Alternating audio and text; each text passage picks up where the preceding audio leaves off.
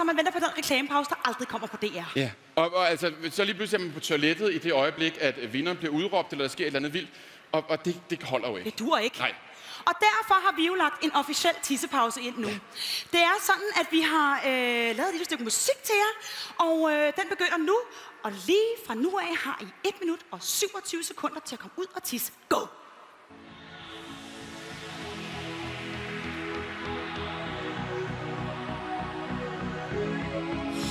Hvis vi bare kunne tage tiden og trække den ud. Hvis bare der var tid til at nå derud. Men MGP er så mega sjov. Og jeg skal tisse.